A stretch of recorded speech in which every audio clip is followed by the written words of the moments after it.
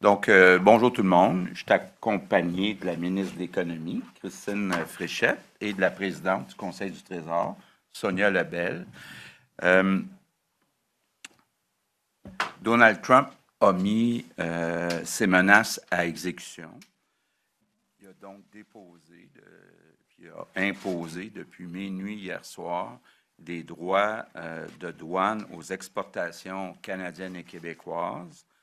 25 sur tous les produits, sauf l'énergie et les minéraux critiques. Et il semble que l'aluminium est inclus dans les minéraux critiques, donc serait à 10 Évidemment, tout de suite, on voit que contrairement à ce que dit Donald Trump, il ne peut pas se passer de certains produits. L'énergie, les minéraux critiques, incluant l'aluminium. Il ne peut pas s'en passer. Donc, évidemment, il vient nous frapper seulement de 10 bien seulement, c'est beaucoup, mais de 10 et non de 25 Ces tarifs, c'est clair, vont faire mal aux Québécois, mal aux Canadiens, mais aussi mal aux Américains. C'est important que tout le monde comprenne qu'on s'embarque dans quelque chose qui est gros. Parlons d'abord du Québec. On estime que sur 6 mois, si ces tarifs-là restent en place, on pourrait perdre jusqu'à 100 000 emplois au Québec. Et si les tarifs restent sur 12 mois, on pourrait perdre 160 000 emplois au total. Donc, évidemment, c'est un coup qui est dur. Et devant cette attaque injustifiée, il faut garder la tête froide. Mais je veux passer un message clair aux Québécois. On ne va pas se laisser faire, on ne va pas se laisser intimider et c'est le temps de se retrousser les manches ensemble, tous les Québécois, pour passer au travers. Ça va être une période qui est dure, mais je suis convaincu qu'on est capable de passer au travers, même en sortir plus fort. Au gouvernement, depuis des mois, Christine et moi, on rencontre des entreprises, des travailleurs, pour voir comment on peut aider à protéger les travailleurs, protéger le plus possible les entreprises. Ce matin, on a eu un conseil des ministres spécial. On a adopté un programme qui va s'appeler Frontières, un nouveau programme, puis je vais laisser tantôt Christine Fréchette vous l'expliquer. Mais essentiellement, c'est pour aider les entreprises à avoir des liquidités pour passer au travers à court terme. Je veux aussi en profiter aujourd'hui pour lancer un appel à toutes les entreprises, à tous les entrepreneurs au Québec. Si vous avez des projets de développement, des projets de diversification, c'est le temps ou jamais de venir voir Investissement Québec. Vous savez, depuis 6 ans, on a beaucoup utilisé Investissement Québec. On a augmenté les interventions annuelles chez Investissement Québec de 81 mais notre objectif, c'est d'aller encore plus loin. On a besoin de diversifier notre économie, d'être moins dépendant des États-Unis. Donc, on a besoin de vos projets. Puis tous les bons projets vont être regardés par Investissement Québec. Puis notre objectif, c'est rien de moins que de dire ce qu'on a fait depuis 6 ans, on a réussi à battre la croissance économique par habitant du reste du Canada, battre l'augmentation des salaires moyens, du revenu disponible moyen, l'augmentation de la productivité du reste du Canada. Bien, il faut en faire encore plus. Puis il faut continuer d'avoir une meilleure performance que le reste du Canada dans les années qui viennent. C'est quelque chose qu'on est capable de faire. On a des outils au Québec que le reste du Canada n'a pas. Puis, je vous parle d'abord d'Investissement Québec. Beaucoup de gens dans le reste du Canada, dans les autres provinces, rêveraient d'avoir un outil comme Investissement Québec qui est dédié juste aux projets dans la province, dans l'État du Québec. Et on a aussi un autre outil qui fait beaucoup de jaloux, qui est extraordinaire, qui s'appelle la Caisse de dépôt et placement du Québec, qui a plus de 400 milliards d'actifs, qui a une double mission, rappelez-vous, Jean Lesage à l'époque, mission de rendement pour les fonds de pension, mais aussi mission d'aider au développement économique du Québec. Cette deuxième mission va être plus importante que jamais. Déjà depuis 6 ans, on a augmenté de 47 les actifs de la Caisse de dépôt au Québec. Et là, dans les prochains mois, dans les prochaines années, j'ai déjà demandé au président de la Caisse de dépôt d'en faire encore plus. On est vraiment à un tournant. L'économie du Québec ne sera pas la même dans les prochaines années que ce qu'on a connu dans les dernières années. On est chanceux d'avoir et Investissement Québec et la Caisse de dépôt pour être capable de passer au travers. Il y a un autre avantage qu'on a au Québec, c'est le patronat puis les syndicats, on est tissé très serré. Bon, ben d'abord, il y a les fonds des travailleurs, FTQ et CSN. Puis on a aussi deux grandes institutions financières qui sont très présentes dans les régions du Québec. Je parle de Desjardins puis de la Banque nationale. Donc, moi, je suis optimiste qu'on va passer mieux au travers que le reste du Canada avec cette crise, cette tempête qu'on a devant nous autres. L'autre outil qu'on a au Québec, c'est Hydro-Québec. Bon, vous le savez, nous, on croit toujours à l'importance d'augmenter le volume d'énergie renouvelable pour le long terme. Hydro-Québec a des projets de plus de 150 milliards pour doubler sa capacité. Ça va être le plus grand chantier de l'histoire du Québec. Évidemment, si on perd 100 ou 160 000 emplois dans le secteur privé, ça va être une bonne chose d'avoir Hydro-Québec. Bon.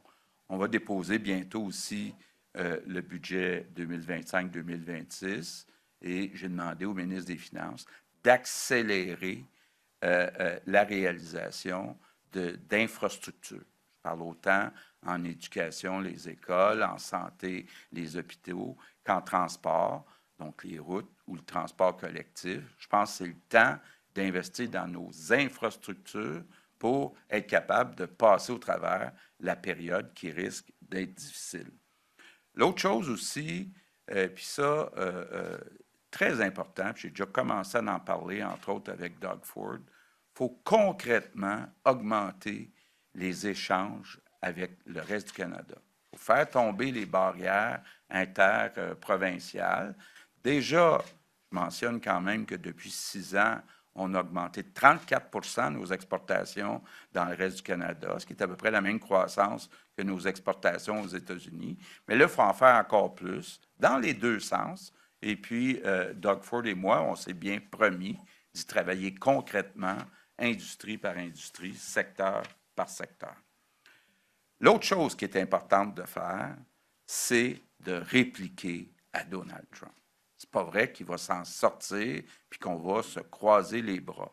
Donc, vous avez vu tantôt le premier ministre du Canada qui est venu confirmer ce qui a été convenu par toutes les provinces et territoires, c'est-à-dire qu'il y aura des contre-tarifs pour une liste de biens importés des États-Unis au Canada. Donc, une première liste de 30 milliards, puis une deuxième liste qui va s'ajouter dans 3 semaines de 125 milliards.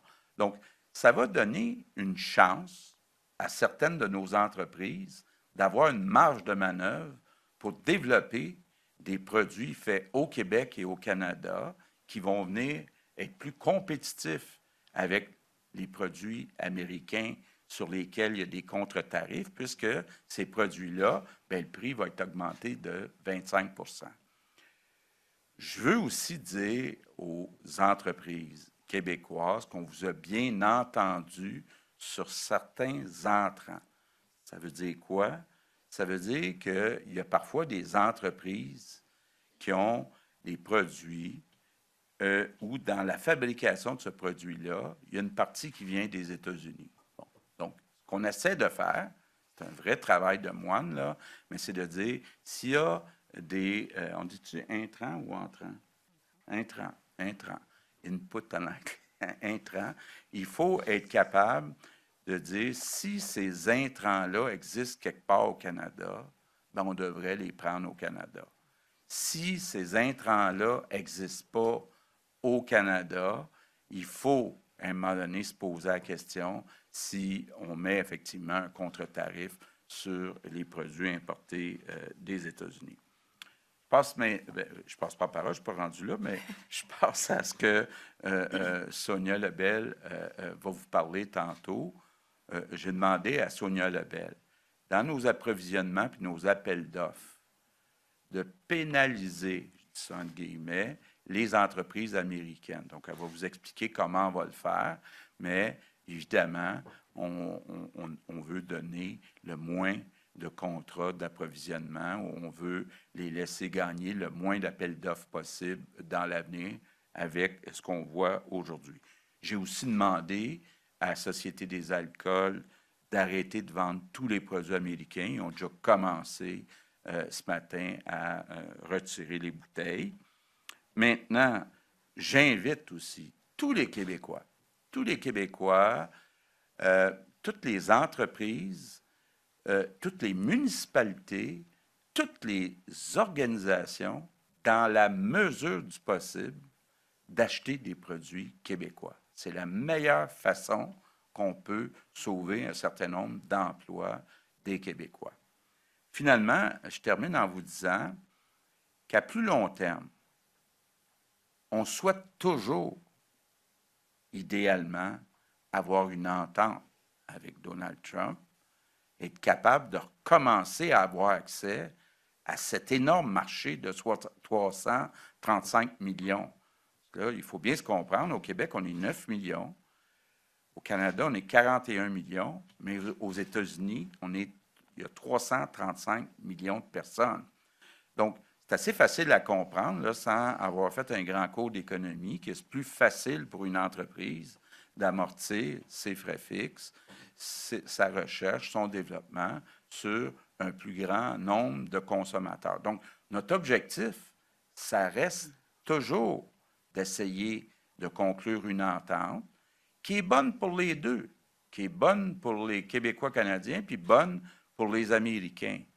Évidemment, on va voir ce qui se passe au cours des prochains jours, des prochaines semaines. J'ai eu la chance, puis plusieurs de notre gouvernement ont eu la chance de parler avec des élus américains, démocrates ou républicains, avec des grandes entreprises américaines. Puis il y a beaucoup d'inquiétudes du côté américain. D'abord, beaucoup d'inquiétudes que le 25 de tarifs viennent repartir l'inflation puis les taux d'intérêt aux États-Unis. Puis deuxièmement, que des entreprises américaines soient pénalisées parce que les intrants qu'ils recevaient du Canada vont maintenant coûter 25 plus cher. Donc, il y aura un impact. On risque de le voir même sur le marché boursier. On risque de le voir dans les pertes d'emplois aux États-Unis.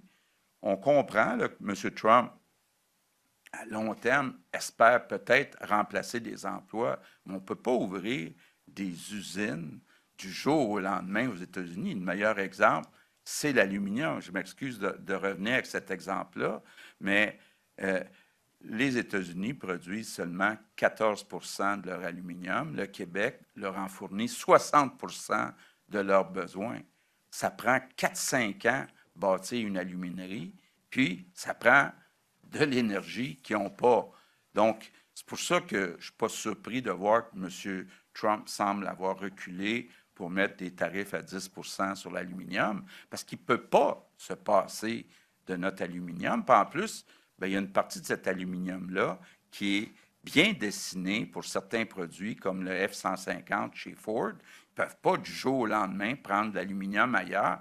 Donc, moi, je garde espoir que Donald Trump va revenir à la réalité, va se rendre compte que sa stratégie est mauvaise pour les Américains, et bien, on espère qu'il va venir éventuellement s'asseoir à la table pour conclure une entente gagnant-gagnant. Mais pour l'instant, je vais être très clair, là, on va utiliser tous les leviers disponibles pour passer au travers, pour aussi envoyer un message clair à Donald Trump. Puis je suis convaincu qu'en bout de ligne, peu importe ce que fera M. Trump dans les 4 prochaines années, je suis convaincu que le Québec va sortir de tout ça plus fort, avec une nouvelle économie qui est plus diversifiée, qui est plus résistante. Et donc, je reste optimiste, même si je veux quand même dire aux Québécois que les prochains mois, si les tarifs restent en place, ça risque d'être des mois qui sont difficiles. Je passe maintenant la parole à la ministre de l'Économie, Christine Fréchette. Merci. Merci beaucoup, Monsieur le Premier ministre. D'une part, je voudrais rappeler que depuis ma nomination en septembre dernier comme ministre de l'Économie, de l'Innovation et de l'Énergie, j'ai pu me plonger à fond dans les dossiers de nature économique, bien sûr. Puis je pense que c'est important de se le rappeler dans ce contexte-ci bien particulier et souligner que notre performance économique au Québec depuis 2018, elle est très bonne. Si on se compare en fait au reste du Canada, on fait beaucoup mieux sur l'ensemble des indicateurs de performance. On a un taux de chômage d'une part qui est très bas, puis à l'inverse, on a un taux d'emploi qui est élevé, puis on a une économie qui est très diversifiée puis très dynamique. C'est certain qu'on a des défis notamment en termes de productivité. On n'est pas en tête de peloton au sein du Canada quand il s'agit de productivité. Et quand on regarde la performance du Canada dans son ensemble versus celle des États-Unis, là encore, il y a un écart important et un écart qui s'est agrandi depuis la pandémie. Autre défi qu'on a, puis on l'a répété beaucoup ces derniers mois, c'est qu'on a une trop grande dépendance au marché américain. C'est sûr que c'est un marché qui est juste à côté, qui est considérable, qui a été en croissance économique de manière très significative au cours des dernières années. Alors, ça a permis à nos entreprises de se développer. Mais il y a une trop grande dépendance au marché américain qui en résulte. Alors, il faut profiter de la situation qu'on connaît pour faire en sorte de renverser la donne. À court terme, pour soutenir les entreprises qui vont être vraiment affectées par les tarifs douaniers, on a mis sur pied un tout nouveau programme, le programme Frontières. Avec un soutien pouvant aller jusqu'à 50 millions de dollars, le programme Frontières vise en fait à offrir une aide financière rapide aux entreprises, aux prises avec des besoins en liquidité. Il va permettre de soutenir temporairement, et quand je dis temporairement, je réfère à une période de 12 mois. Donc, ce programme va aider les besoins de liquidité des entreprises pour qu'elles soient en mesure de s'ajuster, d'ajuster leur modèle d'affaires ou encore d'ajuster leur chaîne d'approvisionnement. Donc, c'est un programme, en fait, qui s'adresse aux entreprises québécoises du secteur manufacturier ou d'un secteur primaire. Il faut par ailleurs que le chiffre d'affaires soit affecté significativement par l'assujettissement de leurs exportations aux tarifs douaniers américains. Les aides financières qui seront consenties vont prendre la forme de prêts ayant un terme maximal de 7 ans, avec un moratoire sur le remboursement pouvant aller jusqu'à 2 ans. Donc, c'est quand même généreux comme proposition, comme caractéristique. Il y a une deuxième mesure qu'on met en place et qui s'intitule en fait le chantier productivité, pour référer au grand défi qui est le nôtre et dont on me parlait déjà quand j'étais aux études, c'est dire. Alors, le gouvernement donc va bonifier ces aides financières sous forme de prêts à des taux avantageux et pourra accorder également, mais de manière exceptionnelle, des contributions non remboursables aux entreprises présentant des projets majeurs qui se démarquent sur le plan de la productivité. Alors, le chantier productivité vise l'amélioration, bien sûr, de la productivité des entreprises, mais en offrant des aides financières flexibles et avantageuses qui vont être en soutien de leurs projets d'investissement. En fait, en réduisant leur coût de production, les entreprises vont pouvoir, de ce fait, se positionner de manière avantageuse auprès des grands donneurs d'ordre et elles vont pouvoir également diversifier leur marché, puis donc avoir une plus grande croissance. Tout ça va se faire en étroite collaboration avec Investissement Québec. Et j'invite les entreprises à consulter le site Internet pour connaître l'ensemble des détails des différents programmes que l'on annonce aujourd'hui. Donc, à l'adresse québec.ca/tarif au pluriel, trait d'union douanier au pluriel. Donc, vous trouvez là l'ensemble des mesures qui sont présentées aujourd'hui. Et sachez qu'on y est allé de mesures simples. C'est très clair de la manière que ça a été monté. L'ensemble de nos programmes tient sur un apron. Donc, c'est vous dire à quel point on a voulu faire dans la simplicité. C'était une demande des entreprises et on a voilà, œuvré dans cette perspective-là. C'est sûr que dans le contexte actuel, notre priorité, c'est de protéger les économies. L'économie, c'est de protéger les entreprises, de même que les travailleurs. Alors, les mesures qu'on annonce, elles font partie du soutien pour aider les entreprises à demeurer productives, à demeurer compétitives et à s'inscrire dans une approche de diversification de leur marché. Et au cours des dernières semaines, j'ai rencontré plusieurs entreprises, en fait plus d'une centaine d'entreprises, et j'ai rencontré également plusieurs chambres de commerce un peu partout au Québec, avec des petites, des moyennes, des grandes entreprises actives dans des secteurs stratégiques. Et j'ai tenu à faire ces rencontres. J'en tenais d'ailleurs encore ce matin, parce que je veux bien comprendre et je veux, comme gouvernement, qu'on soit adapté à la réalité des différentes entreprises, suivant les secteurs, suivant le contexte régional dans lequel elles œuvrent. Alors, on a bien capté les messages et on va garder cette chaîne de communication très active parce qu'on va vouloir voir évoluer sur le terrain la situation et pouvoir bien répondre aux différents besoins qui vont nous être communiqués.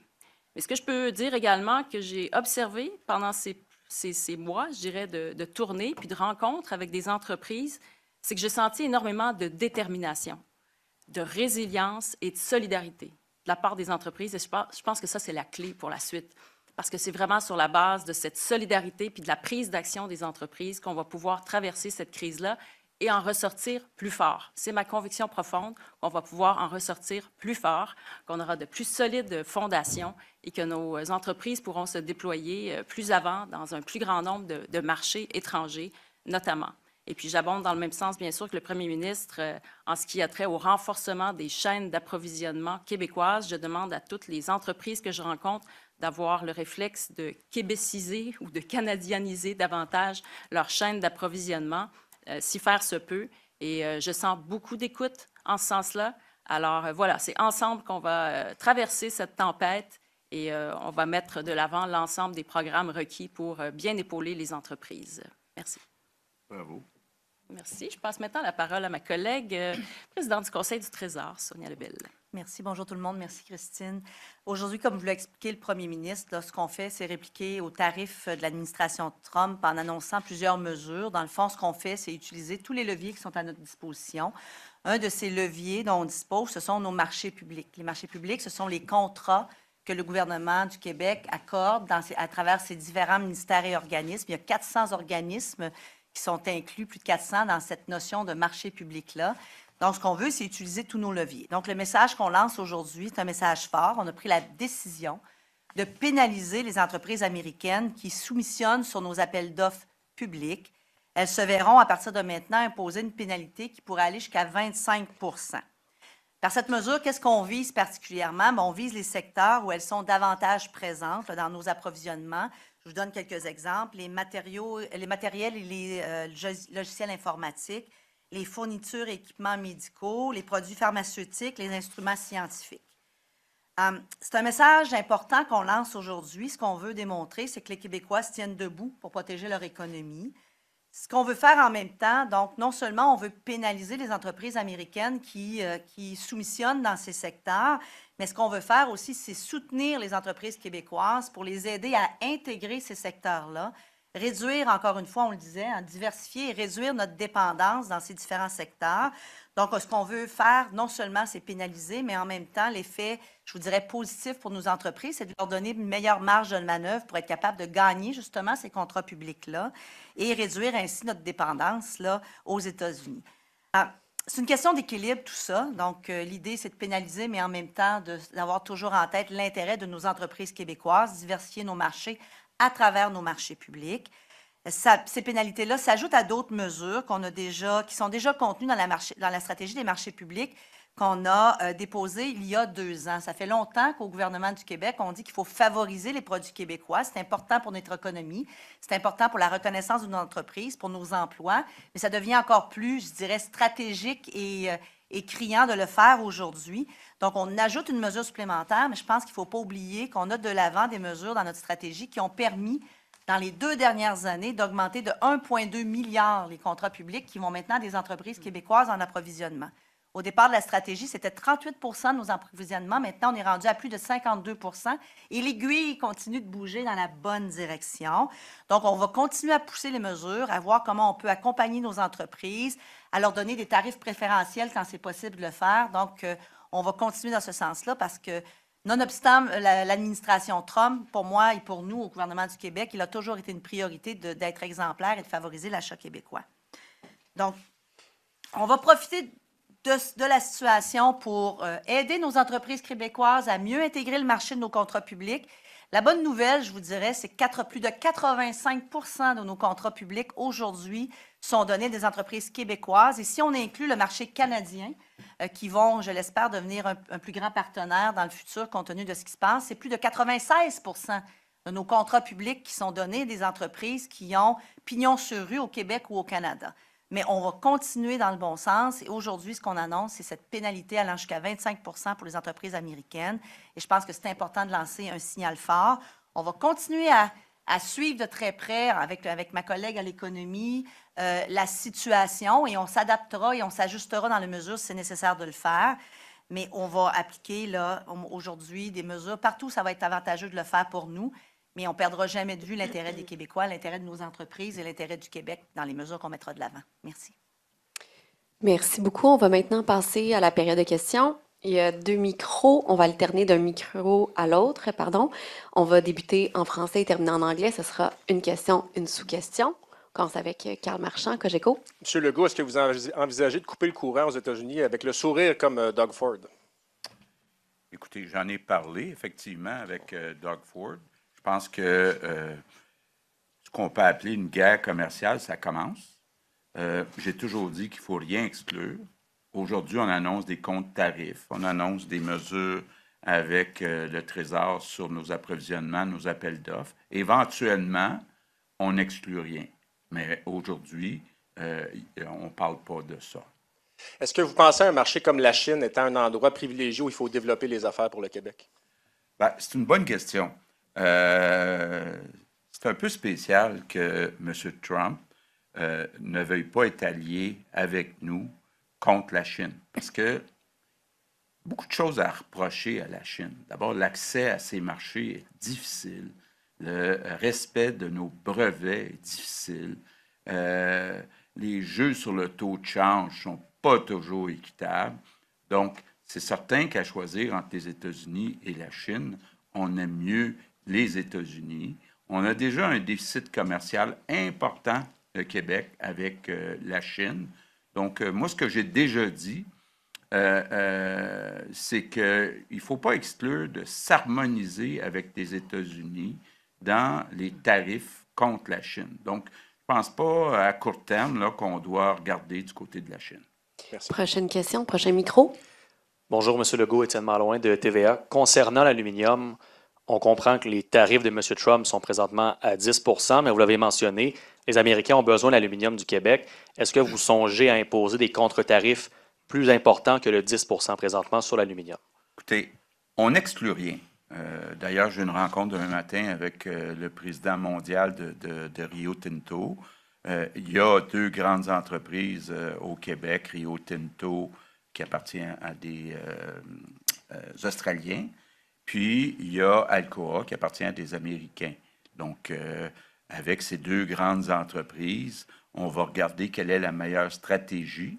Mais ça ne veut pas dire que la meilleure stratégie pour ces 2 grandes entreprises-là, là, qui font en passant beaucoup de lobby auprès des 3 partis d'opposition, que c'est la meilleure position pour le Québec, pour le Canada.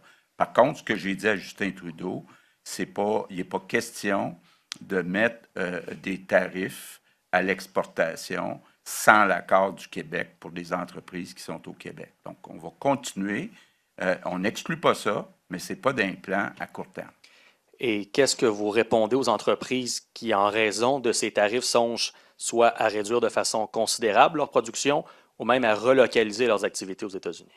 Bien, je serais surpris qu'ils réduisent leur production. On sait qu'au niveau mondial, quand on regarde le marché est en équilibre. Ça veut dire que la capacité de production est égale aux besoins mondiaux. Donc, comme ça est arrivé en 2017, il n'y a pas beaucoup d'inquiétude à y avoir sur le fait qu'on va pouvoir écouler cet aluminium. Évidemment, je me mets à la place des multinationales comme Rio Tinto et Alcoa.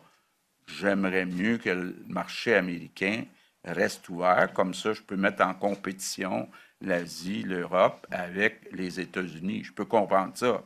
Mais avec ce que fait M. Trump aujourd'hui, je pense qu'on ne doit rien exclure parce que M. Trump sait très bien que seulement 14 de l'aluminium utilisé par les grands, là, comme GM, Ford, Chrysler, l'aérospatial, 60 des besoins en aluminium viennent du Québec. Donc, de venir nous faire un affront comme il fait aujourd'hui, là, ben, je pense qu'il ne faut rien exclure. Prochaine question. Éric Desrosiers du Devoir. Tout à l'heure, on a demandé au premier ministre Trudeau qu'est-ce qu'il entendait déployer comme politique d'aide, programme d'aide pour les travailleurs et les entreprises. Il a dit que sa priorité actuellement était plus de la contre-attaque contre les tarifs de M. Trump et de le faire changer d'idée. Êtes-vous d'accord que la priorité devrait plutôt être de faire mal aux Américains pour les convaincre de changer d'idée ou est-ce que c'est de venir en aide aux travailleurs et aux entreprises? Bien, j'ai une rencontre de prévu avec M. Trudeau à 2 heures, si tout va bien. Puis, un des sujets qui va être encore à mon ordre du jour, c'est l'aide aux travailleurs et aux entreprises. Et je pense entre autres aux travailleurs. L'assurance-emploi, ça relève du gouvernement fédéral. J'ai déjà demandé au gouvernement fédéral d'assouplir les règles à cause de ce qui s'en vient. Mais moi, je m'attends à de l'aide du fédéral, autant pour les travailleurs que pour les entreprises. Tu veux-tu ajouter quelque chose? Non, c'est beau. Madame Lebel, vous parlez d'une pénalité de 25 dans les appels d'offres contre les compagnies américaines. Comment ça fonctionne? Ça veut dire que quand ils font une soumission, vous ajoutez 25 à leur prix? Oui. Absolument. C'est-à-dire qu'on va prendre les soumissions qui sont déposées par les diverses compagnies et on fait pour les prix des compagnies qui viennent du marché américain, on fait plus 25, ce qui devrait donner une marge de manœuvre pour nos entreprises pour être capables de remporter l'appel d'offres. Mais naturellement, le prix payé va être le prix à la soumission et pas le prix plus 25. Là, on ne va pas se donner nous-mêmes la marge de payer 25 de plus. Mais donc, on regarde 3 entreprises. S'il y en a une, je vais faire un chiffre, là, une à 100 une à 90 à titre d'exemple, qui est américaine, une à 100 qui est canadienne, qui est québécoise ou canadienne. Bien, celle américaine va tomber autour de 125, 122 $. Donc, c'est celle à 100 $ qui va le rapporter, là, donc, remporter, qui est l'entreprise québécoise. Donc, c'est comme un peu, c'est le contraire, mais la même logique que de donner des tarifs préférentiels là, quand on à des entreprises pour les avantager. On va leur donner un tarif de pénalité pour les désavantager, mais le prix, naturellement, qui sera le prix payé sera le prix à la soumission et non pas le prix plus 25. Là. Prochaine question, s'il vous plaît. Bonjour, M. Bafillon de Radio-Canada. M. Legault, on ignore pendant combien de temps ces tarifs-là seront maintenus. Les mesures annoncées aujourd'hui sont viables pendant combien de temps, selon vous? Je pense que ce que disait Christine, c'est que les mesures frontières, du programme frontière, vont être là pour 1 an. Mais évidemment, il va y avoir beaucoup de cas par cas, puis on va suivre ça de semaine en semaine, à savoir qu'est-ce qui se passe. On souhaite que ça soit là le moins longtemps possible. Je disais tantôt un ordre de grandeur, si c'est là pour 6 mois, on peut penser perdre 100 000 emplois au Québec. Si c'est là pour 12 mois, on peut penser perdre 160 000 emplois au Québec. Donc, évidemment, il faut suivre ça de proche, puis on va ajuster au fur et à mesure nos programmes. Puis bon, vous savez, il y a un budget qui s'en vient probablement à la fin du mois de mars. Bien, il y aura des sommes additionnelles qui vont être prévues, mais là, on va suivre le dossier de près pour voir à quelle vitesse nos entreprises arrivent à se diversifier, à être capables d'arriver avec des nouveaux projets.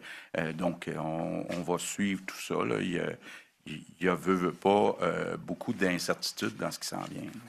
Est-ce que des mesures ciblées pour aider les agriculteurs sont prévues? Oui, bien, en fait, pour ce qui est du programme frontière, bien, en fait, ce n'est pas des mesures destinées au secteur agricole, mais le secteur agricole pourra se qualifier s'il respecte les différents critères là, énoncés par le programme frontière et le chantier productivité. En termes de durée, le programme Frontières, c'est 12 mois et le programme chantier productivité est sur 2 ans, tandis que le programme sur la diversification des marchés, lui, d'une durée de 3 ans. Merci. Prochaine question. Julien McEvoy du Journal de Montréal. Est-ce que vous avez une idée si le programme Frontières est juste pour les grosses entreprises ou pour toutes les entreprises? En fait, ça va être pour toute entreprise qui a un chiffre d'affaires de 3 millions de dollars ou plus. Est-ce que vous savez c'est combien d'entreprises sur le nombre total au Québec, ça? Je n'ai pas le nombre d'entreprises exact, mais je peux vous dire que 3 millions de dollars de chiffre d'affaires, c'est autour d'une trentaine d'employés. Donc, c'est pour vous dire que c'est des petites entreprises qui auront accès à ce programme-là Frontières, assurément les moyennes entreprises aussi dans leur ensemble. Advenant qu'il y ait des petites entreprises qui ne se qualifient pas pour le programme Frontières, je les invite à prendre contact avec Investissement Québec parce qu'on a le programme Parezo qui va probablement répondre à leurs besoins. Donc, elles ne sont pas sans filet. C'est juste que le programme qui est mis sur pied aujourd'hui ne s'adresse pas nécessairement aux très petites entreprises, là, disons de moins de 20 employés, mais on a le programme Parezo à Investissement Québec qui pourrait répondre. C'est important aussi de rappeler qu'Investissement Québec a un bureau dans chaque région. Oui. C'est pour les petits montants. Ça va être Investissement Québec régional qui va pouvoir avancer l'argent. Donc, ça va nous permettre d'agir plus rapidement pour les aider. Ben justement, vous nous avez fait un bel éloge du bras financier qu'est Investissement Québec. On a bien vu là, la pancarte Open for Business dans la fenêtre. Est-ce que vous pensez donner du muscle à votre bras, plus de cash, un volume d'affaires plus élevé? Comment vous voyez ça là, dans les temps qui viennent? Bien, déjà, comme je le disais, depuis 6 ans, on a augmenté de 81 % les interventions annuelles en dollars. Et je ne veux pas dévoiler ce qu'il y a dans le prochain budget, mais je peux déjà vous dire qu'on va augmenter les sommes chez Investissement Québec. Prochaine question. Bonjour, M. Legault. Je suis encore de ce côté ici. Pierre Saint-Arnaud de la Presse canadienne. Ce matin, M. Trudeau a dit qu'il ne sait plus à quoi s'en tenir trop avec M. Trump lorsqu'il est question de la CE et que la seule chose dont il est sûr, c'est que son intention, c'est d'écraser l'économie canadienne pour faciliter l'annexion du Canada aux États-Unis. Vous pensez quoi de ce genre d'affirmation-là? Bien, malheureusement, je pense qu'il ne faut pas exclure effectivement cet objectif. Quand je suis allé à Washington, j'ai entendu ça de la part d'un de ses conseillers. Écoutez, d'abord, je pense qu'au niveau économique, M. Trump prend un mauvais chemin pour atteindre ses objectifs qui sont flous. Je pense que ses objectifs à long terme, c'est de produire plus aux États-Unis, puis c'est d'avoir peut-être une entente à long terme avec le Québec et le Canada sur les minéraux critiques. Et quand je disais qu'on est ouvert à travailler ensemble, ben, je ne parlais pas de faire des compromis sur les emplois, je parlais de développer une entente gagnant-gagnant. Mais la façon dont il se prend, est-ce que c'est en mettant des tarifs de 25 % pour créer une récession au Canada, pour qu'on soit en position de faiblesse, pour négocier, entre autres, l'accès à long terme à nos minéraux critiques? Tout ça est possible. Bon, est-ce qu'il veut avoir nos minéraux critiques en essayant que le Canada devienne le 51e État aux États-Unis? Moi, je peux vous dire, ça n'arrivera pas. Ça n'arrivera sûrement pas au Québec. Puis ce que j'entends dans le reste du Canada, ça n'arrivera pas non plus. Donc, je pense qu'il prend le mauvais chemin, Donald Trump. Et puis, les mesures qu'on annonce aujourd'hui, entre autres les mesures de représailles, je pense que ça va être à suivre dans les prochaines semaines. La bourse américaine, les taux d'intérêt, l'inflation aux États-Unis, on va suivre ça parce qu'il ne prend vraiment pas le bon moyen pour atteindre ses objectifs. Mon autre question est pour Mme Lebel. Je suis ici, Mme pourquoi 25 % aux Américains? Pourquoi, même si je sais là, que c'est pas particulièrement permis là, par les règles de l'OMC, mais de toute façon, les Américains ne les respectent plus. Pourquoi 25 % et pourquoi ne pas tout simplement fermer la porte complètement à toute soumission américaine? Bien, parce que je vous ai parlé d'entrée de jeu qu'il y a 3 secteurs névralgiques pour le Québec quand on parle de technologie de l'information, mais particulièrement l'approvisionnement en équipement médical. Je vais vous parler de ça. Je pense qu'il faut le faire de façon intelligente et équilibrée pour le Québec. Donc, l'idée est d'aider nos entreprises qui sont absentes ou presque complètement absentes de ces secteurs-là. Donc, il faut toujours regarder la disponibilité du produit aussi en matière d'approvisionnement dans des secteurs qui sont importants. Donc, l'idée, c'est de favoriser l'accès de nos entreprises qui, présentement, ne sont pas concurrentielles dans ces domaines-là. Donc, en donnant un tarif de 25 dans certains secteurs, on va rendre nos entreprises beaucoup plus concurrentielles. Elles vont pouvoir accéder au marché, ce qui va les aider à développer le marché. Et ça va aussi peut-être inciter, parce qu'il y a d'autres mesures d'accompagnement, là, des gens avec le ministère de l'Économie dans chacune des régions qui vont aider les entreprises à se développer dans des secteurs où elles ne sont pas présentes pour l'instant. Et ça va leur donner un avantage concurrentiel pour être capable d'accéder à ce secteur-là. Mais fermer la porte demain matin dans ces secteurs, je pense qu'il faut le comprendre. On ne peut pas le faire, et là, c'est les Québécois qu'on va pénaliser. Donc, ce qu'on doit faire ici, comme gouvernement responsable, c'est répliquer, lancer un message fort, mais jamais perdre en tête que ce sont les Québécois notre priorité. Ce sont 3 secteurs que je vous ai nommés tantôt. Je peux même les répéter si vous voulez, là. Technologie de l'information, le matériel logiciel informatique, on le sait. Fourniture et équipements médicaux, on en a besoin. Et produits pharmaceutiques et instruments scientifiques qui sont souvent dans le domaine médical. Donc, on lance un message fort. Comme je vous le disais d'entrée de jeu, ça va rééquilibrer le marché pour certaines de nos entreprises, leur permettre d'avoir accès et nous donner aussi le temps de développer pour ces entreprises-là ces marchés et se libérer tranquillement du marché américain. Mais si on ferme la porte demain matin, ce sont les Québécois qui vont être pénalisés. Prochaine question, maintenant en anglais, si je ne me trompe pas. Bonjour, Monsieur Legault. Mathieu Dion de Bloomberg News.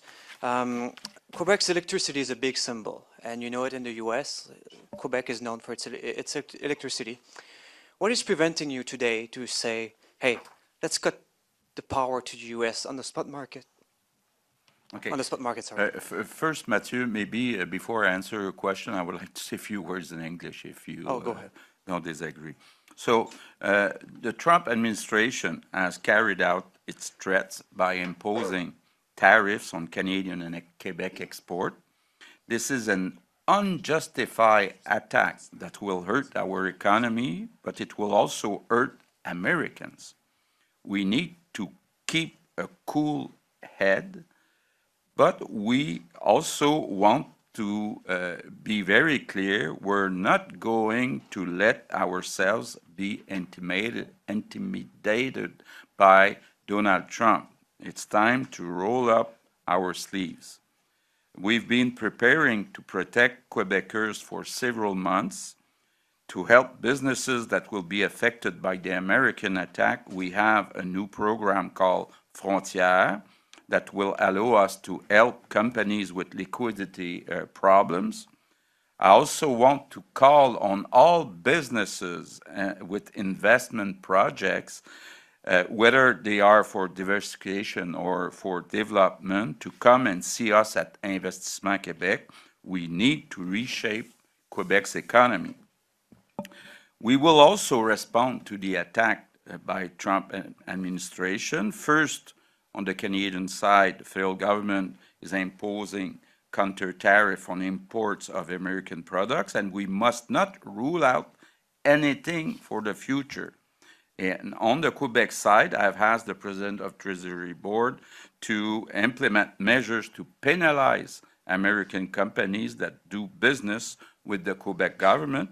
And I've also asked Société des Alcools to stop selling American products. And I encourage Quebecers, businesses and all institutions as much as possible to buy Quebec products. So to answer, Mathieu, your direct question about electricity, when I say we must not rule out anything for the future, it includes what we can do or would do with electricity. It's not something we look short term. We already announced today important counter tariffs and some important measures, but we don't have to exclude anything. I had the chance to discuss this possibility with Doug Ford, and we'll continue discussing and looking at all kinds of scenarios, but it's the start of the commercial war. And when you're looking into electricity, are you considering scrapping the contracts with Boston and New York, or you're only talking about what we're sending on the spot market in the U.S.? Okay, at this point, we're still looking legally at the feasibility, and I cannot answer that today, but we don't exclude anything. All right, thanks. Prochaine question. Matt Gilmore, CTV. I just want to ask you, we spoke with the head of the Aluminum Producers Association this morning, and he said basically that what he wants to see from the government is to hit the Americans as hard as possible, align with Europe, and just cut them off. Is that something that you're considering in this moment as well? So I guess you spoke with Jean Simard? Yeah. And what did he suggest then? He's saying Canada should align with Europe and inflict as much pain as possible with counter tariffs. Production in the U.S. equates to only one smelter in Sept-Îles. So basically, hit them where it hurts, where they don't have the goods. Okay. I haven't talked to him since a couple of days. I'm meeting tomorrow morning with Rio Tinto CEO, so we'll discuss with them. If it's true, I'm happy about hearing that. And then I wanted to ask you about, we've already received, one announcement that a company has already closed, decided that it's not able to compete or be competitive anymore. What's your message to business owners who are right now, today, on the edge and are thinking, why prolong this? I'm just going to cut it off now. Is there support for them? But there's a lot of uncertainty about the duration of those tariffs. So if they are there for 2 weeks, it's different than if they're there for 2 years. Of course, like I said, there's a real risk of seeing a job lose. But we need to help them, but no way that you can replace a market of 335 million people tomorrow by the rest of Canada market or European market or other markets. So, of course, it will hurt us short term. We'll do everything we can to give liquidity to companies that expect to be able to go through, but it'll be a tough period, depending on the duration of tariffs. Prochaine question. Phil? Over here. Yeah. Good day. Good day. We're hearing a lot of, excuse my voice, we're hearing a lot about that the effects of the tariffs on companies will be felt maybe a little bit further down the line, but the almost immediate effects are going to be for consumers at the grocery store. Fruits and vegetables and prices will go up very, very quickly with these tariffs. Are you considering any measures for individuals, for citizens, $200 checks, or are you thinking anything along those lines, Premier? Okay, first we had long discussion about this list of $30 billion, and we've tried to choose products where there are alternatives in Canada. In the second list of $125 billion, there'll be a consultation over 3 weeks, so give the chance to everybody to tell us if we cannot replace some products, but I think, yes, it may have some negative impacts on consumers, but we have no choice but to react to what was done by Donald Trump last night. And for Madame Lebel, the Quebec government, on your 25% on tenders for American companies, Quebec does not buy all that much in the States. Is this more of a symbolic gesture on the part of the government, or will they really get a message there that Quebec is angry about these tariffs? Well, this is actually a message that we want to send, that we're not very happy and I would say angry about those tariffs. You have to discriminate between the fact that companies has a pied-à-terre, an address in Quebec or Canada, and product that comes from the U.S. On the second step of all of that, we're going to work with the Ministère de l'Économie to see what we can do for the produits qui viennent des États-Unis. But you're right. I mean, this is something that we're going to apply for all the call for tenders that we are going to on which the American companies would apply on. So, and the effect of that we wish will be not only to punish them, but to help our own companies to grow in those sectors where we need them to grow for the future, to make sure that we're not as much as needed for the American companies that we are right now. Prochaine question. Dan Spector from Global News. Mr. Legault, what's your message to Quebecers who are just generally feeling quite worried, concerned today? Well, it will be a tough period to go through, but we can go through. The Quebec government will be there to protect them. So with the federal government will help the workers that may lose their jobs, will help all companies having projects for diversification or to increase or put new products in place. We are already working with Hydro-Québec to create at least 35,000 jobs that will help. We'll do the same with infrastructures. We'll accelerate. So I think it'll be tough, but I expect that we'll do better than the rest of Canada because of the tools we have, and mainly 3 tools: Investissement Québec, Caisse de dépôt, and Hydro-Québec. So even if it will be tough, I think at the end, in 1 year, 2 years, our economy will be stronger, less dependent from the United States. So our economy will be a new economy, but a more solid economy. You talked about the conversations you've had with Doug Ford about the trade opportunities between the 2 provinces. What do you see as the easiest short-term ways that we could diversify the markets for our products and for our businesses? But that's what we're looking at, sector by sector. I think that we are better, Quebec, Ontario, and the rest of Canada, to amortize fixed costs of different companies over a market of 41 million people instead of keeping our own market, 9 million in Quebec, I don't know, maybe 15 in Ontario. So it's good for both of us to share some products and help each other to replace a part of the U.S. market. Prochaine question. Good afternoon, Matt Demo from CBC Montreal. You mentioned the difficulties of changing the market in the short term and basically that it can't be done overnight.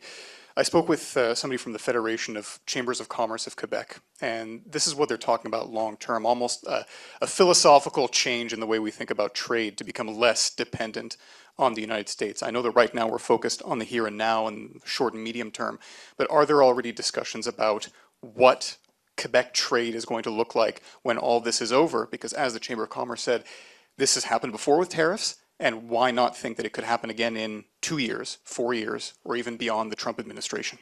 Yeah, but as you know, even if we had this threat from Donald Trump, we're trying to build a green economy in Quebec. So we expect to have 2 economic booms. The first one is with the investment of $150 billion at Hydro-Québec. And the second boom is we'll be able to convince manufacturing companies to invest in Quebec to produce more green products. So I think these are the kind of changes we'll see.